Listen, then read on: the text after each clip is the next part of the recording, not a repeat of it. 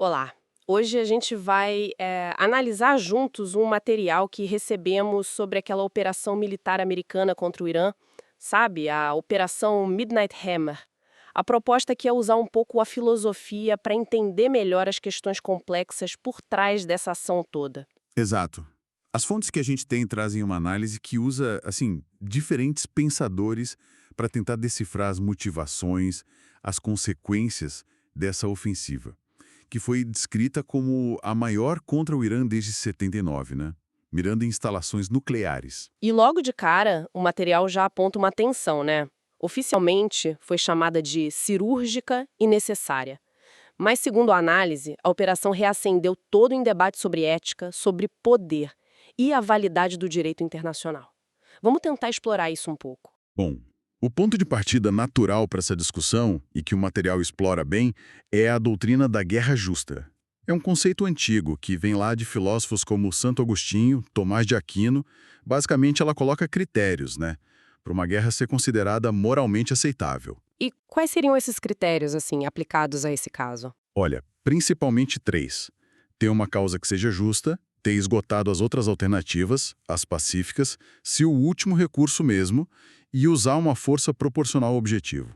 E a análise que a gente tem aqui levanta dúvidas sérias se esses critérios foram de fato cumpridos pelos EUA. Agir de forma unilateral, talvez sem esgotar completamente a diplomacia, isso faz a ação parecer mais uma demonstração de força, sabe? Do que uma medida eticamente justificada. Entendo. E isso já nos leva, então, a um choque com outra ideia importante que está nos textos, a paz perpétua, de Immanuel Kant.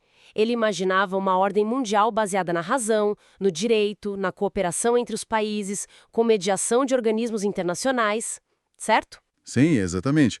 E a análise sugere que, ao ignorar a ONU, ignorar tratados, a ação americana vai totalmente contra essa lógica kantiana.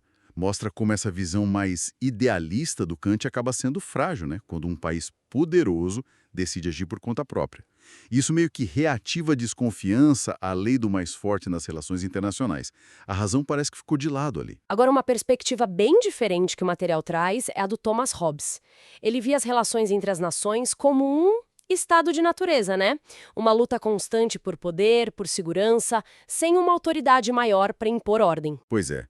E nessa ótica hobbesiana, os Estados Unidos poderiam ser vistos agindo como uma espécie de Leviatã global, tentando impor a própria vontade para garantir a segurança deles.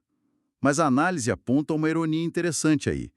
Essa tentativa de impor ordem pela força pode, na verdade, gerar mais instabilidade, mais medo, aumentando o risco de conflitos ainda maiores.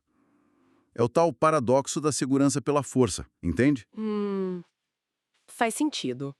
O material também menciona Nietzsche e aquela ideia da vontade de poder.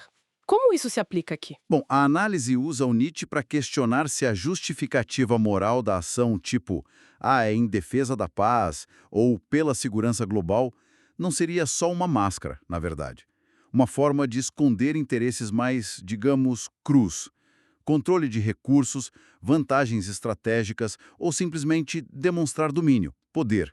Seria a moralidade a serviço do poder, e não o contrário, né? Essa linha de pensamento mais crítico é reforçada pela menção ao Noam Chomsky também, certo? Que vê ações assim como parte de um padrão de imperialismo moderno.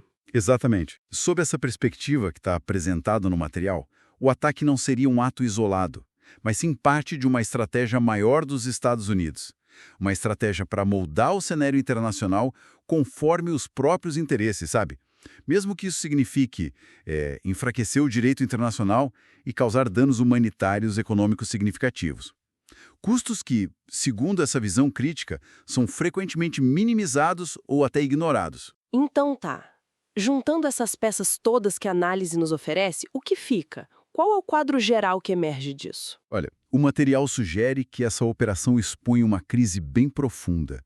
De um lado, a gente tem a realidade brutal da política de poder, onde a força ainda parece ser o argumento final. Do outro, aquela aspiração, talvez um pouco utópica, por uma ordem internacional mais justa, mais pacífica, baseada em leis, em diálogo. A ação, pelo que a análise indica, parece ter reforçado o primeiro lado, em detrimento do segundo. Fica bem claro que a filosofia não vai dar respostas fáceis para isso, né? Mas ela nos força a pensar criticamente sobre as justificativas, as consequências de atos como esse. Sem dúvida alguma. E a reflexão final que o próprio material propõe é justamente essa. Será que a gente está caminhando para uma ordem global onde o diálogo e o direito realmente prevalecem? Ou a lógica da força, da guerra, vai continuar sendo a ferramenta principal das grandes potências para resolver as disputas? É uma questão que, infelizmente, continua bem aberta.